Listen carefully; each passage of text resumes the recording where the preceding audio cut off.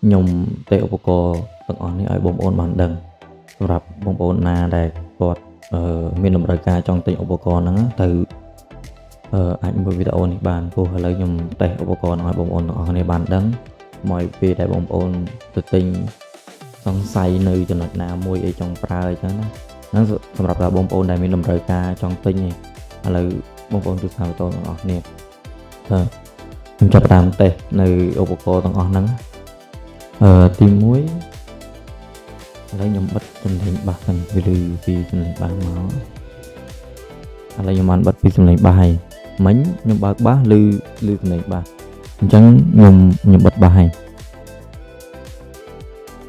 នៅពេលនេះខ្ញុំកំពុងចាក់បទចម្រៀងឥឡូវខ្ញុំបើកសំឡេងចម្រៀងអានេះខ្ញុំដាក់បើក Bluetooth បងប្អូនបើក Bluetooth នេះនាម Bluetooth វាខ្ញុំបើក Bluetooth ពីទូរស័ព្ទចូលមកBluetooth របស់caster នេះឥឡូវខ្ញុំបើកចម្រៀងដូចចម្រៀងចូលបងប្អូនអាហ្នឹងបទចម្រៀងនៅក្នុងទូរស័ព្ទភ្ជាប់ជាមួយនឹង caster ហើយខ្ញុំបន្ថយបទចម្រៀងហ្នឹងវិញអានេះខ្ញុំបន្ថយនៅក្នុងនេះគឺវាជប់លឺហើយប៉ុន្តែអានេះបទចម្រៀងនៅក្នុងទូរស័ព្ទនេះគឺវានៅដំណើរការធម្មតាឥឡូវយើងមកតេស្តទៀតឧទាហរណ៍អានេះវិញអានេះសំឡេងឡើងចុះឬតិចឬខ្លាំងដល់ពេលឲ្យអត់លឺមែនអត់បងប្អូនអត់លឺចូលទៅក្នុងទូរស័ព្ទរបស់យើងទេសម្រាប់អានេះដែរសំឡេងស្រោបសំឡេងពីមីក្រូហ្វូនរបស់យើងឥឡូវខ្ញុំនិយាយឡើងមកវិញឥឡូវវាចាប់ផ្ដើមលឺហើយលឺបងប្អូនអរគ្នាអានេះដែរយើងសម្រាប់ស្រោបសំឡេងឧបករណ៍ទាំងអស់ហ្នឹងចូលទៅក្នុងវីដេអូដែលខ្ញុំកំពុងថតនេះអាហ្នឹងវាសម្រាប់នៅoutput នេះណាអាហ្នឹងនៅពេលដែលខ្ញុំបន្ថយចេះនេះដែលស្រោបទៅគឺអត់លឺទេឃើញបងប្អូនឥឡូវនេះចាប់ផ្ដើមលឺវិញហើយនេះចាប់ផ្ដើមលឺចូលទៅវិញហើយចំពោះ6នេះដែរគឺសម្រាប់ដែលហៅថាយើងថតសំឡេងផ្សេងតិចអីចឹងទាំងអស់នេះ8ដែលខ្ញុំថតឲ្យរួចហើយឥឡូវយើងមើលស្ដាប់សំឡេងទី1ដែលខ្ញុំថតទុកអូខេអានេះឮសំឡេងផ្ទះដៃមែនអត់បងប្អូនចាំមើលអាទី2ឮគេឮសំឡេងសត្វស្រែកមកទី3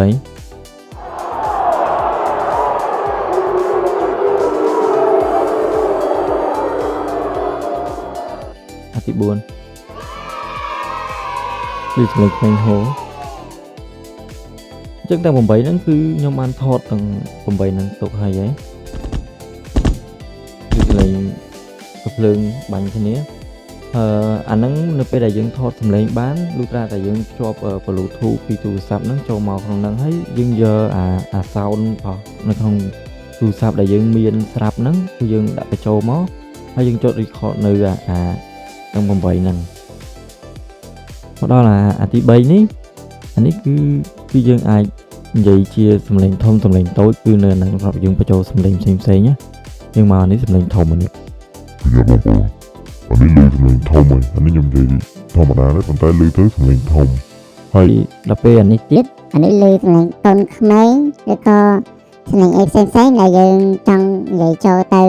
ឧបករណ៍ទាំងអស់ហ្នឹងហើយមកដល់អានេះទៀតអានេះឮសំឡេងខ្ញុំនិយាយធម្មតាសម្រាប់អានេះចំកណ្ដាលនេះឮសំឡេងធម្មតាប៉ុន្តែដល់ពេលដែលយើងចង់ច្រៀងយើងត្រូវបើកអានេះយើងបើកមកហើយយើងបើក echo អាឡូឃើញទេបងប្អូនឥឡូវឮសំឡេង echo ចូលហើយបន្ទាប់មកទៀតឥឡូវខ្ញុំចាក់បទចម្រៀងវិញខ្ញុំយកបទចម្រៀងដែលត្រូវច្រៀងណាខ្ញុំយកបទចម្រៀងដែលត្រូវច្រៀងមកឥឡូវខ្ញុំសាកយកបទចម្រៀងដែលត្រូវច្រៀងខ្ញុំបទដែលត្រូវច្រៀងឥឡូវខ្ញុំបិទ echo មកវិញខ្ញុំនិយាយធម្មតាសិនឥឡូវខ្ញុំស្រេចបានហើយយកបទចម្រៀងដែលត្រូវច្រៀងហើយនៅពេលហ្នឹងវាអត់ទាន់លឺដោយសារមូលហេតុអីខ្ញុំអត់ទាន់បានបើកនៅកន្លែងនេះបងប្អូននេះ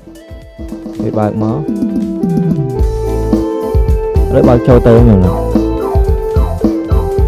ចឹងខ្ញុំចាប់ផ្ដើមបើក reverb បើកសំឡេង reverb ឃើញទេបងប្អូនប៉ុន្តែខ្ញុំនិយាយមួយថាអាក្បាលមិនឥឡូវ ប្រាប់បងប្អូនទាំងអស់គ្នាបន្តិចអាសំឡេងដែលខ្ញុំស្រោបតាម PD 200X នេះគឺវាស្រោបនៅពេលដែលយើងនិយាយអញ្ចឹងវាស្មូតល្អណាបងប្អូនប៉ុន្តែបើគ្រាន់តែថាបើសិនថាវាច្រៀងវានៅមានកម្រិតអាមីក្រូហ្វូននេះអញ្ចឹងបងប្អូនថាវាអាចច្រៀងបានប៉ុន្តែវានៅមានកម្រិតអញ្ចឹងលើស្ដាប់សំឡេងច្រៀងទាំងអស់គ្នាខ្ញុំបើក reverb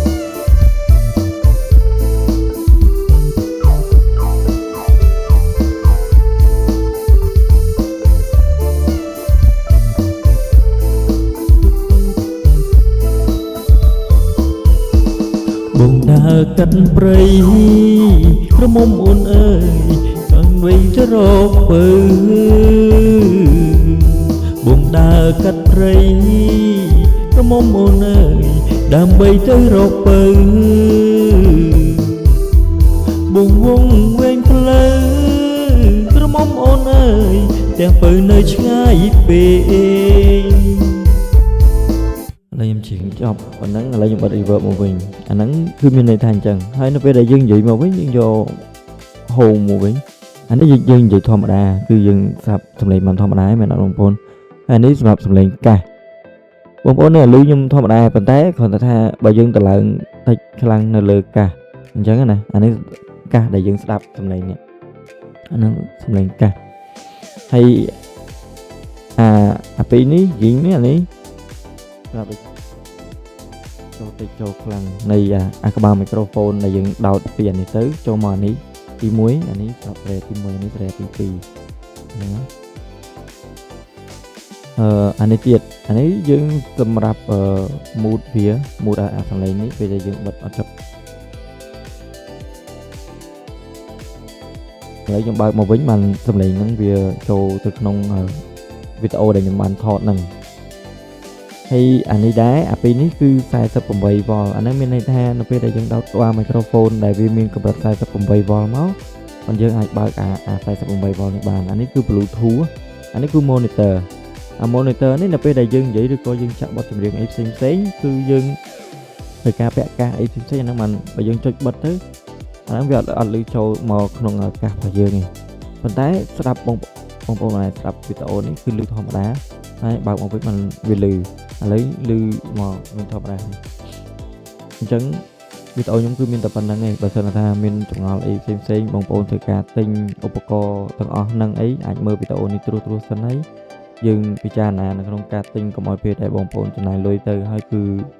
គេថាការខកខានណាព្រោះវារៀងសំណុំសំនួនដែរប៉ុណ្ណេះបើសម្រាប់យើងអ្នកធម្មតាអីវារៀងច្រើនតិចដែរតែបើសម្រាប់គេអ្នកមានអីវាអត់អីទេប៉ុណ្ណឹងវាធម្មតាសម្រាប់គេទេអញ្ចឹងវីដេអូនេះគឺមានតែប៉ុណ្្នឹងអរគុណដែលបានទស្សនាវីដេអូនេះ